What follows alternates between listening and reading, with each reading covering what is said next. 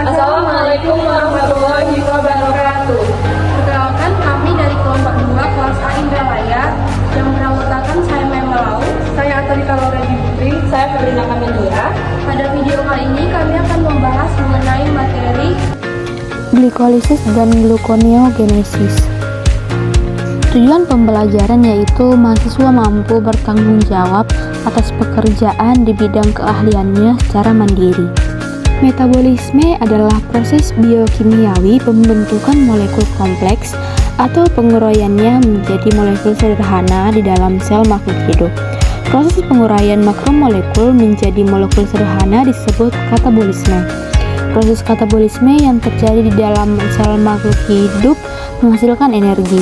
Dalam glikolisis, dalam bahasa Yunani glikis atau manis atau gula, dan linis yang berarti pembelahan, sebuah molekul glukosa didegradasi dalam serangkaian reaksi yang dikatalisis enzim untuk menghasilkan dua molekul senyawa pirufat. Selama reaksi glikolisis berurutan, beberapa energi bebas yang dilepaskan dari glukosa disimpan dalam bentuk ATP dan NADH. Pemecah glukosa 6 karbon menjadi 2 molekul pirufat. 3 karbon terjadi dalam 10 langkah reaksi enzimatis. 5 langkah reaksi enzimatis yang pertama merupakan fase persiapan yang memerlukan energi, sedangkan 5 langkah reaksi enzimatis berikutnya merupakan fase penghasil energi hasil dari glikolisis. Beras adalah salah satu bahan makanan pokok masyarakat di Indonesia yang mudah disajikan dan mempunyai nilai energi yang cukup tinggi, sehingga berpengaruh terhadap aktivitas tubuh dan kesehatan. Komposisi umum bahan makanan, baik yang berasal dari hewan maupun yang berasal dari tumbuh-tumbuhan, terdiri atas protein, lemak, dan karbohidrat. Di Indonesia, beras menyumbang energi protein dan zat besi masing-masing sebesar 63,1%, 37,7%, dan 25-30% dari total kebutuhan tubuh. Pembahasan. Beras merupakan karbohidrat yang apabila dipecah menghasilkan monosakarida berupa glukosa. Glukosa menempati posisi sentral dalam metabolisme tumbuhan, hewan, dan banyak mikroorganisme. Menyimpan glukosa sebagai polimer seperti pati atau glikogen. Sel dapat menimbun sejumlah besar unit heksosa sambil mempertahankan osmolaritas 6 sitosol yang relatif rendah. Ketika kebutuhan energi meningkat, glukosa dapat dilepaskan dari polimer penyimpanan intraseluler ini dan digunakan untuk memproduksi energi atau ATP baik secara aerob maupun anaerob. Adapun reaksi fase persiapan glikolisis adalah sebagai berikut. Yang pertama itu langkah pertama, glukosa difosforilisasi pada gugus hidroksil pada C6 menjadi D-glukosa 6-fosfat yang memerlukan 1 ATP dan dikatalisis enzim heksokinase. Langkah kedua, di mana D-glukosa 6-fosfat yang terbentuk diubah menjadi D-fruktosa 6-fosfat dikatalisis enzim fosfoheksosa isomerase. Langkah ketiga yaitu di mana D-fruktosa 6-fosfat yang terbentuk difosforilisasi pada C1 menghasilkan D-fruktosa 1,6-bifosfat yang memerlukan 1 ATP dikatalisis enzim fosfofruktokinase. Berikutnya langkah keempat di mana D-fruktosa 1,6-bifosfat dipecah menghasilkan 2 molekul 3 karbon dihidroksiaseton fosfat dan gliseraldehida 3-fosfat dikatalisis enzim aldolase. Hal ini adalah langkah lisis yang memberi nama jalur tersebut. Langkah kelima yaitu di mana dihidroksiaseton fosfat diisomerisasi menjadi molekul kedua gliseraldehida 3-fosfat dikatalisis enzim triosa fosfat isomerase.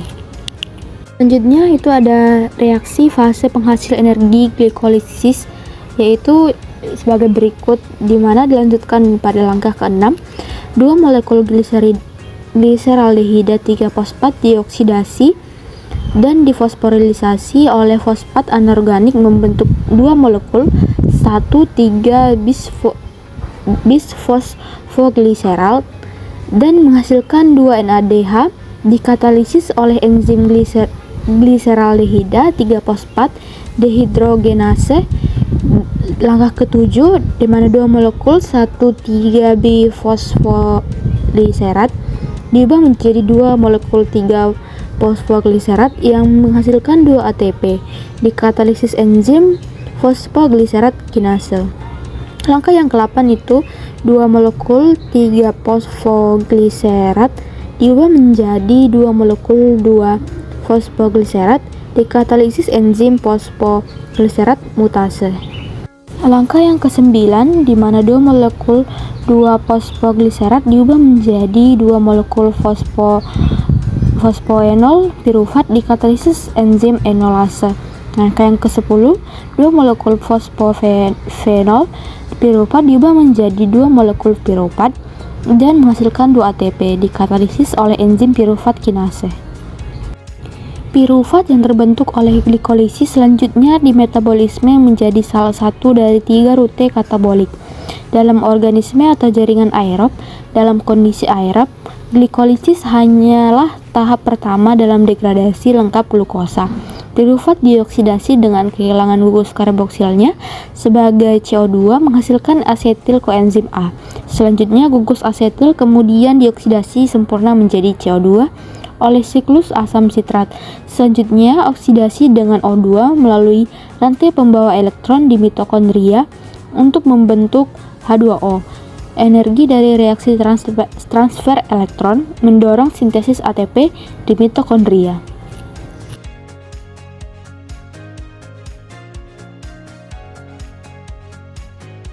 Tahap yang pertama ke dalam proses pembentukan sitrat. Dalam proses ini terjadi penggabungan molekul asetil koenzim A dengan oksaloasetat yang membentuk asam sitrat dibantu oleh enzim asam sitrat sintase. Pada tahap kedua, sitrat yang dihasilkan dari proses sebelumnya kemudian diubah menjadi isositrat dengan bantuan koenzim akotinase yang mengandung besi. Pada tahap ketiga, terjadi proses dekarboksilasi atau perombakan pertama kali. Isositrat yang terbentuk dari tahapan sebelumnya dioksidasi menjadi oksalosuksinat yang terjadi oleh enzim isositrat dehidrogenase. Pada tahap ini, isositrat diubah menjadi alfa ketoglutarat. Pada tahapan keempat, alfa ketoglutarat menjadi suksinil KOA oleh enzim alfa ketoglutarat kompleks dan proses oksidasi. Pada tahap kelima, suksinil koenzim A diubah menjadi suksinat tidak hanya dibantu dengan enzim. Tahapan perubahan ini dibantu juga oleh Mg2+ dan GDP yang dengan fosfat membentuk GTP. GTP inilah yang diubah menjadi ATP sehingga menjadi energi yang dibutuhkan jaringan. Pada tahapan ke-6, suksinat adalah dioksidasi menjadi fumarat dengan bantuan enzim suksinat dehidrogenase. Pada tahap yang ke-7 adalah proses hidrasi. Pada proses ini terjadi penambahan atom hidrogen pada ikatan karbon rangkap 2 sehingga menghasilkan produk berupa malat. Pada tahap yang terakhir, malat dioksidasi untuk menghasilkan oksaloasetat yang dibantu dengan enzim malat dihidrogenase oksaasetat kemudian akan menangkap asetil koenzim A sehingga siklus Krebs dapat terus-menerus terjadi. Pada tahap ini juga NADH dihasilkan. Transfer elektron dari NADH ke O2 di mitokondria menyediakan energi untuk sintesis ATP melalui fosforilasi terkait respirasi.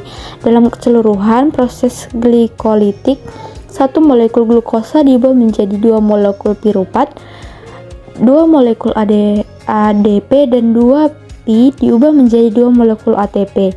4 elektron sebagai ion hidrida ditransfer dari 2 molekul gliseraldehida 3 fosfat ke 2 NADH+ atau jalur elektronnya. Kesimpulan yang pertama, katabolisme merupakan proses penguraian makromolekul menjadi molekul sederhana. Yang kedua, dalam glikolisis, sebuah molekul glukosa didegradasi dalam serangkaian reaksi yang dikatalis enzim untuk menghasilkan dua molekul senyawa piruvat. Beberapa energi bebas yang dilepaskan dari glukosa disimpan dalam bentuk ATP dan NADH. Yang ketiga, katabolisme terdiri dari 4 tahapan, yaitu glikolisis, dekarboksilasi oksidatif, siklus Krebs, dan terakhir transfer elektron. Sekian video dari kami mohon maaf bila ada salah kata, kami akhiri. Wassalamualaikum warahmatullahi wabarakatuh.